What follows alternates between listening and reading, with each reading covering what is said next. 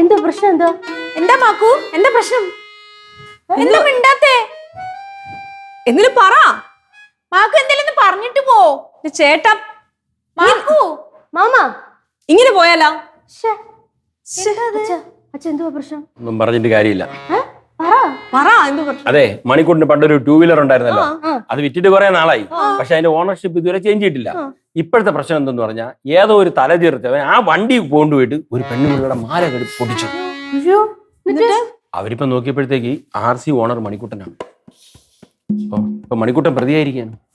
അയ്യോ, പ്രശ്നമാണല്ലേ? പ്രശ്നമാണ്. ഞാനേ SI എടുത്ത് സംസാരിച്ചു.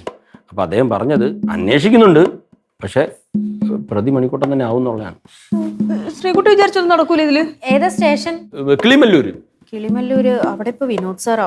ഈ നേരത്തെ വിളിച്ചാൽ കിട്ടില്ല, ഡ്യൂട്ടി ടൈം അല്ലേ. എന്തായാലും ഞാൻ ശ്രമിക്കാം.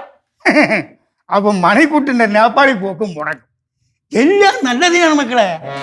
മാമ ഇത് ഒരുമാതിരി മറ്റടുത്ത വർത്താനം പറയരുത് കേട്ടോ. ഇവിടെ ഞാൻ ഒന്നും വേറെ ഉദ്ദേശിച്ചു ഒന്നും പറയണ്ട.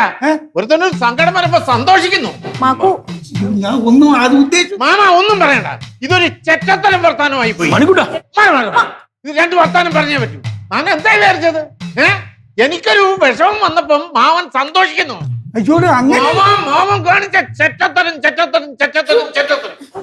ചേട്ടാ ക്ഷമിക്കേട്ടാ. ഇതിന്റെ ഫലം അനുഭവിക്കും മാമ, ഫലം അനുഭവിക്കും. ഇങ്ങനൊന്നും പറയല്ലേ. അയ്യേ പോടാ മാമ. മണിക്കൂട്ട മാമ വിചാരിക്കില്ലേ മാമ? ഞാൻ ഇതൊന്നും ഉദ്ദേശിച്ച് പറഞ്ഞല്ല മക്കളെ. അല്ല, അത് ഞങ്ങൾക്ക് മനസ്സിലായി മാമ.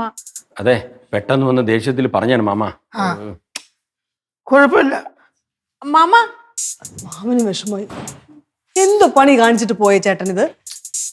ആരോട് എന്ത് സംസാരിക്കണോ അറിഞ്ഞൂടെ? നീ അങ്ങനെ വിട്ടാ പറ്റില്ലല്ലോ. വാ, ഇങ്ങനെയൊക്കെ വിളിക്കുന്നേ. വാ.